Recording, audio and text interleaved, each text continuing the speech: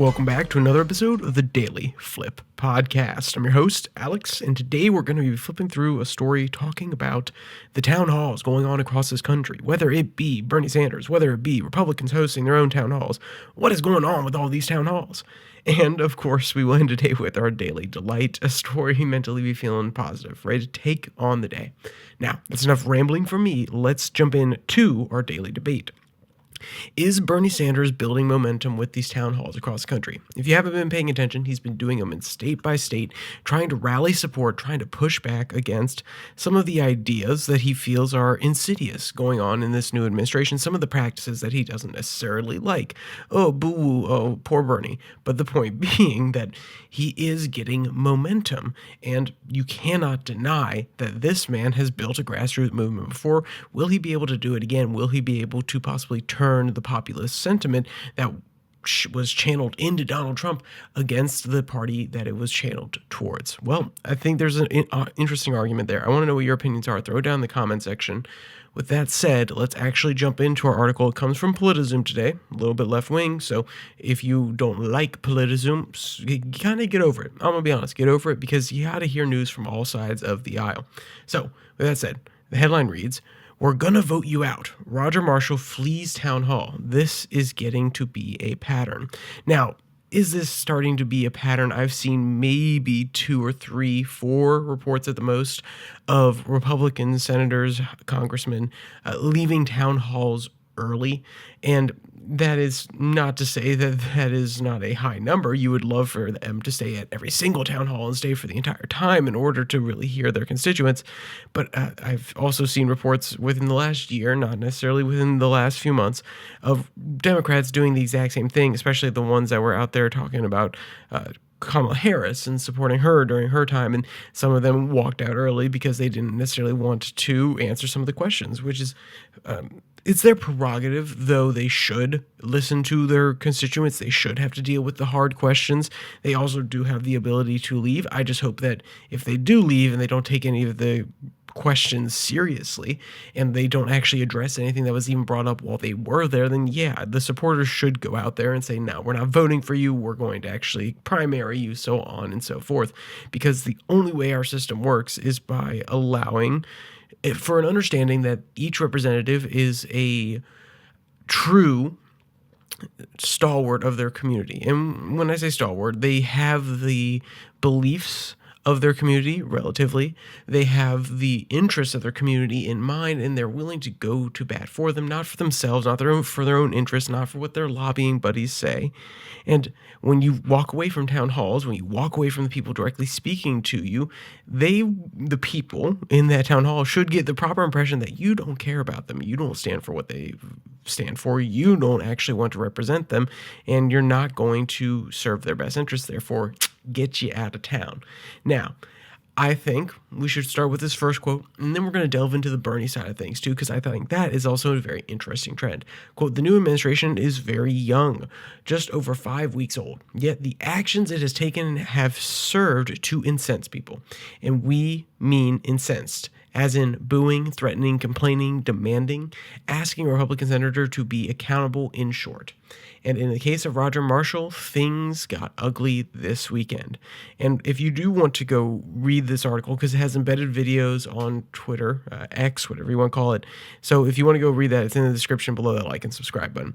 But the point being, these people were definitely incensed. And from looking in this crowd, you could see that it's pretty mixed. There are some people who look a little bit younger, who look like they are probably teachers. You have some older people who look like they could possibly be Trump supporters. It looks like you have a rural area that has a good little mix of both populations. So to say that this is all Trump supporters or this is all Democrats or it's one versus the other, no. These are people who came out who genuinely want to talk to Roger Marshall, who feel like they can have a genuine impact by speaking directly to the representative. That doesn't mean that they have to be left-wing, right-wing. They are just constituents, period, full stop. And when you have a population that is split like this, there is the ability to rile them up along certain lines. And I think the populist element is one that Bernie, and Donald Trump took advantage of it, there's no doubt, but Bernie has also been able to take great advantage of it throughout his tenure. And that's why when you see town halls like this, you're reminded of the town halls he used to do, but also you actually see him going out and doing them now. He is trying to push back against the Donald Trump agenda. He's going out there and he is preaching his truth, quote unquote. And whether or not you like Bernie Sanders, whether or not you think he's an effective politician, you cannot deny that he was able to build something from the ground up back in 2016 and even during 2020, though to a lesser degree. But you have to ask yourself, is he going to be able to actually exploit it this time? Is he going to be able to keep the fervor going? Because it's pretty early on. We are, 3 months in? And sure, there are plenty of things to be aggrieved about during the Trump presidency. But is he going to be able to keep that going for basically another year and 9 months, more or less, in order, I guess technically elections will be a little bit before then. At least the process will start in about a year. So fair enough. But at the end of the day, is he going to be able to keep this momentum going all the way through? I don't really think so. I like that he cares enough to get out there. And what I mean by that is that I don't necessarily love his policies. We've been over this before. I don't necessarily love Bernie Sanders' policies. There's actually no necessarily there. I don't like a lot of Bernie Sanders' policies. But the point being is I respect that he's a person who has beliefs. Whether or not he has kowtowed to some lobbyists before, or whether or not he has bent those beliefs, I think there's room for interpretation there.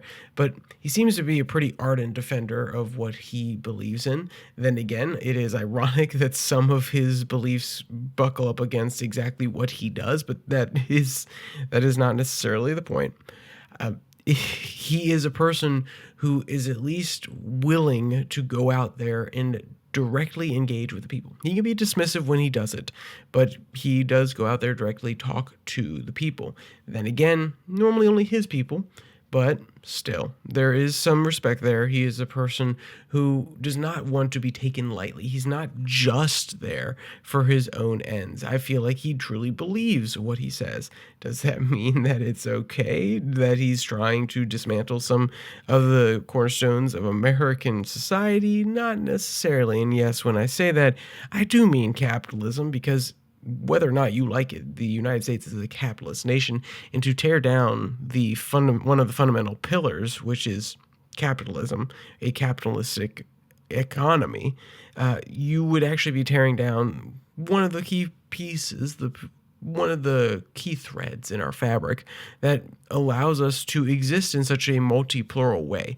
I don't think that pluralism is as easy as we have made it out to be, but the reason we're able to have so many different strands of plural cultures within us and not necessarily break, we have flexed, we have cracked to some degree, but we have not broken, is because there is one thing that can undergird all of it, which is a free exchange of private property, which private property is guaranteed by our government. And because private property is guaranteed, it actually enables a capitalistic society. And I think when you try to tear down that, you're actually tearing down one of the only things that not only encourages people to come here, and what is a large reason for a lot of migrants coming here, and actually in creating more of that pluralistic society, but you're tearing down that one thing that a lot of people have in common across all different socioeconomic backgrounds. But the point being that his rallies are meant to really harness that populist fervor. They're meant to harness that anti-elite. And when you have someone like Elon Musk right there next to Donald Trump in a lot of his photos, a lot of his different meetings, whether or not you agree that Elon Musk is a oligarch controlling Donald Trump, I don't agree with that statement. It doesn't matter, though, because the appearance of it can be used to rile up people in order to turn them against Trump, in order to turn them against Republicans. And that is why these town halls that Bernie is putting up, but also these town halls that Republicans are going to and they're getting booed out of, these are not looking good for Republicans at this point. There is a huge question as to whether or not they will be able to keep this momentum going into the next election. And normally during the half year elections, what I mean by that are the half years of the presidency. So if we had Obama elected in 2012, then 2014, no bueno. If we had Trump elected in 2016, 2018, no bueno.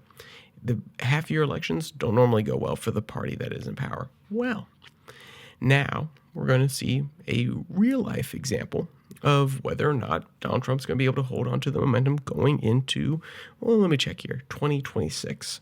So, is Bernie actually doing a good job? Is he able to capitalize on this momentum? Is he able to knock Trump off his game and Trump supporters off his game? Possibly, maybe. If you want to read more about this article, you know where to find it. It's down in the description below, that like and subscribe button like I was talking about. Maybe you can do your own research, see how you feel about it after coming to your own conclusions.